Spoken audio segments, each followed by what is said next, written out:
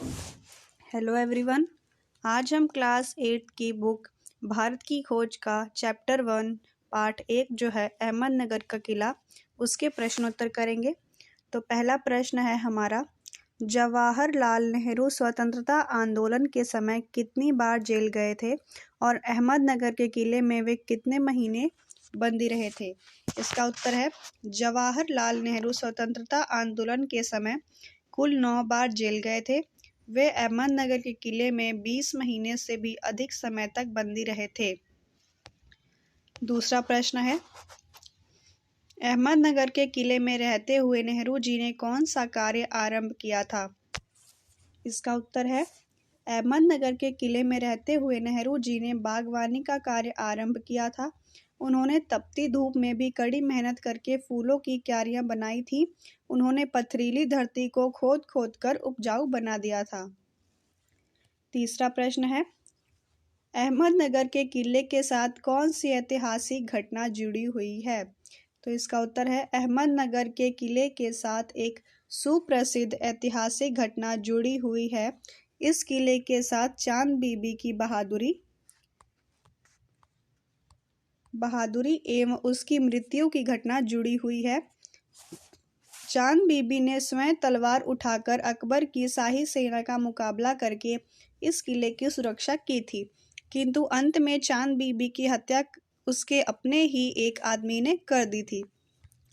प्रश्न 4 है, लेखक को खुदाई में क्या मिला और उसे यह कार्य क्यों करने से रोक देना पड़ा।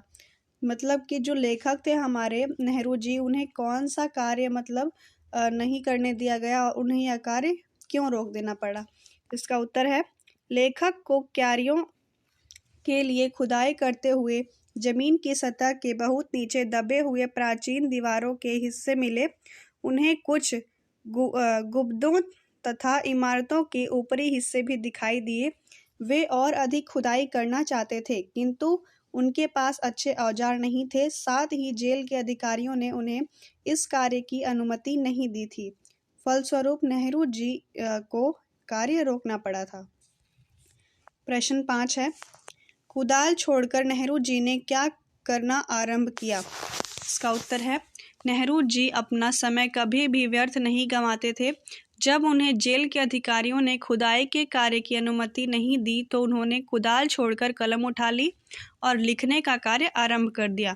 उन्होंने जो कुछ अनुभव किया था उसे वे शब्दों में उतार देना चाहते थे।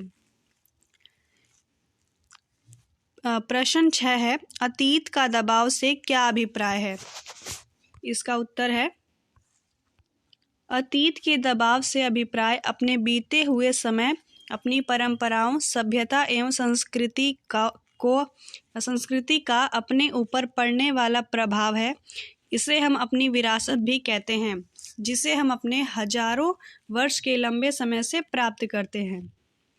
प्रश्न 7 है, लेखक ने क्या लिखने के लिए अपनी कलम उठाई थी। इसका उत्तर है, लेखक भारतवर्ष के अतीत के विषय में लिखना चाहते हैं, जिससे हमारा वर्तमान सही हो सके।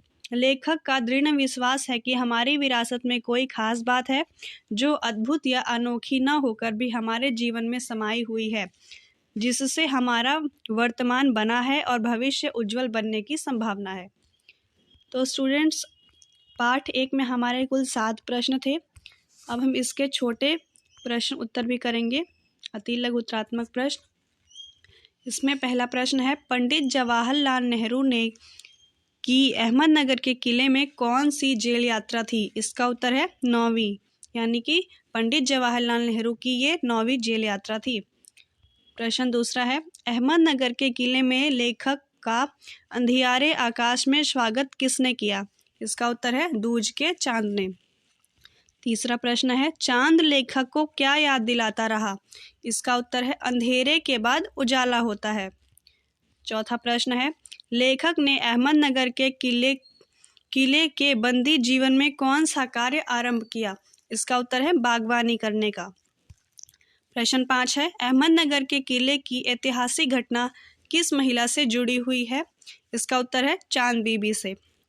प्रश्न 6, चांद बीबी ने किस मुगल सम्राट की शाही सेना से युद्ध किया था। इसका उत्तर है अकबर की, यानी कि अकबर की सेना के साथ चांद बीबी ने युद्ध किया था।